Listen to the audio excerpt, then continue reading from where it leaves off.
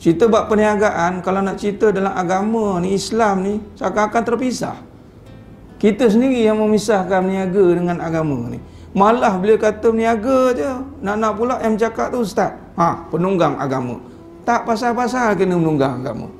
Patutnya yang menunggang perniagaan ni mestilah orang yang beragama. Sebab dia yang tahu halal dan haram.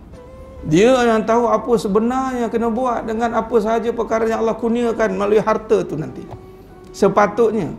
Cuba bayangkan hari ini, cuba lihat bagaimana kehidupan kita hari ini, Islam cuba diasingkan dalam kehidupan, apatah lagi tentang perniagaan.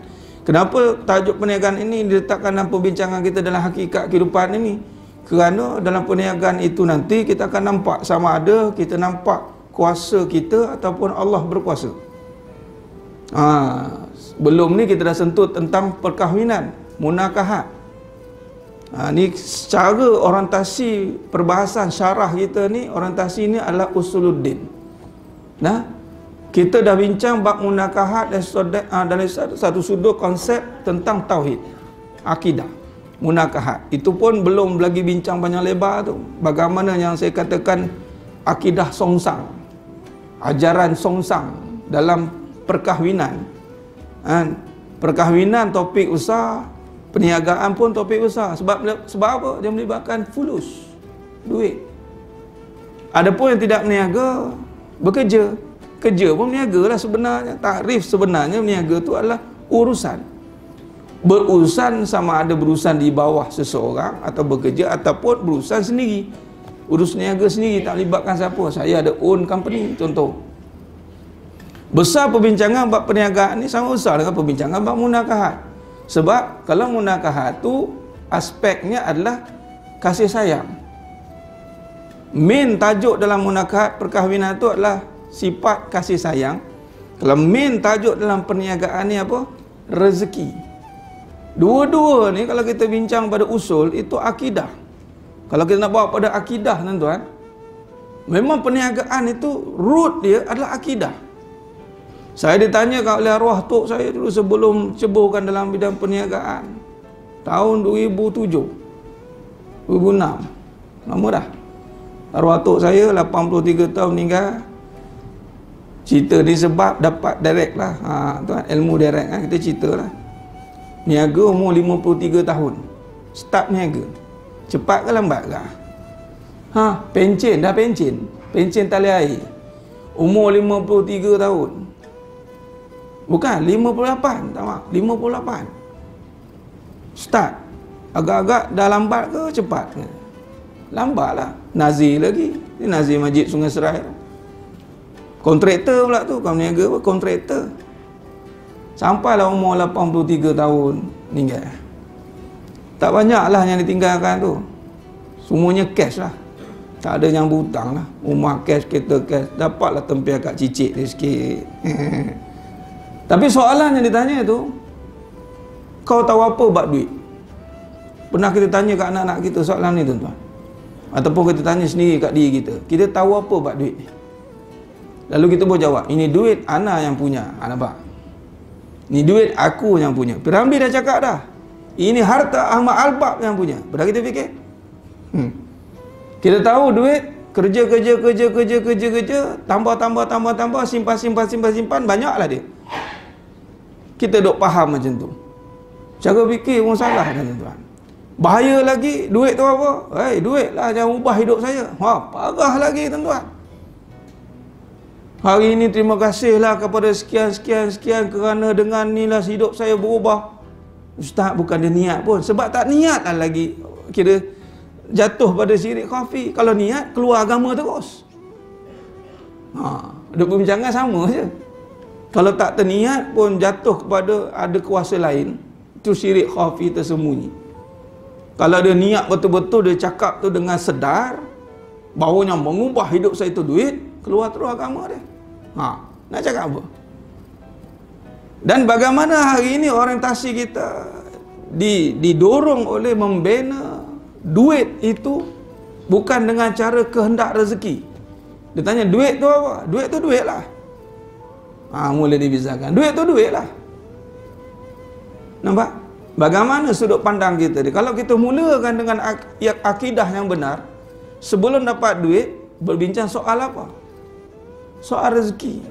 Rezeki lebih luas daripada duit. Dan hari ini kalau kita bincang bab duit, kita takkan cerita pasal duit, kita cerita pasal rezeki sebenarnya. Gimana ni? Cari rezeki, Ustaz. Nah, cari rezeki.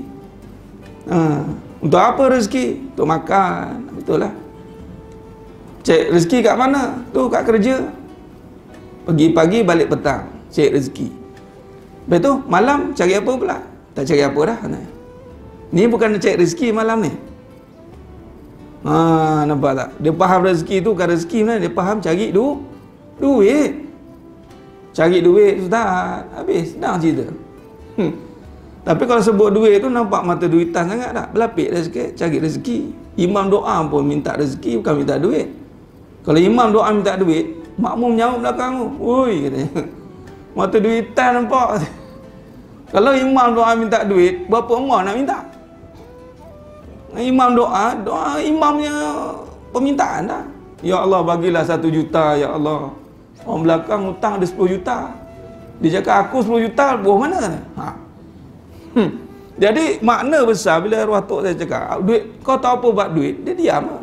Saya pun terkiah-kiah, terkebil-kebil lah dia cari jawapan. Carilah jawapan. Bila katalah cari, jumpalah dia. Jumpalah pula kita dengan Ustaz bersama guru saya.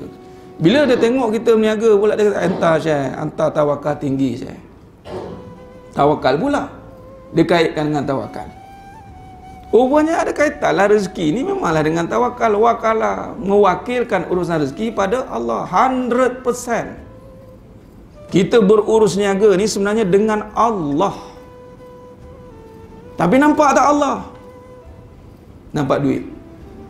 Kalau nampak Allah, Ustaz nampak Allah pula Ustaz. Macam mana pula? Bila kata nampak, orang beriman dah faham lah tu. Jangan takwil dengan mata.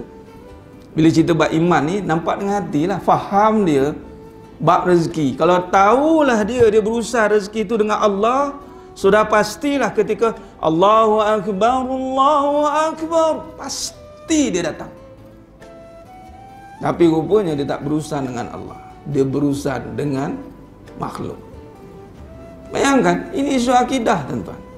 Dan pernah satu ketika itu saya dipahamkan dalam bab bisnes yang saya ceburkan diri Nabi, sehingga saya kena keluarkan satu modul, kena keluarkan satu SOP, Standard Operation Procedure, bahawa rupanya kita ni berniaga dalam bab contoh muamalat mungkin kita boleh bincang, tapi dalam bab ideologi, falsafah, di sudut cara pandang, cara fikir, cara buat, tak ada lagi bersandarkan pada root perniagaan, bersandarkan kebenaran, hakikat tu.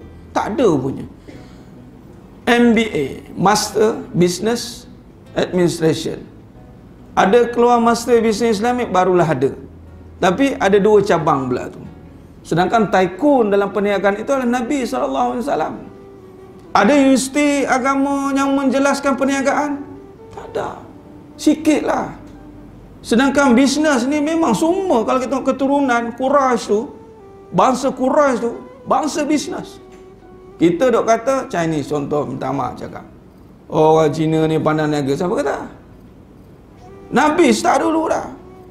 Nabi pun sama pula orientasi bangsa Arab Quraisy. Tak apa kita nak orientasi kepada Nabi.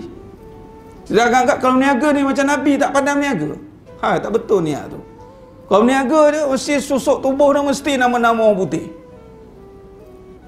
Nah, kalaupun ada sahabat lah, bawa Nabi dia macam pelik sikit nak kait dengan Nabi. Sedangkan downline Nabi semua mati bilioner. Downline Nabi tak usah cerita lah. Nabi tak payah. Nabi 1/3 daripada ghanimah perang Nabi punya dah. Tak payah dah. Allah bagi royalty terus. Sebab bebanan Nabi bertambah. Jadi bab dunia ni sub terus. Sahabat-sahabat Nabi semuanya businessman.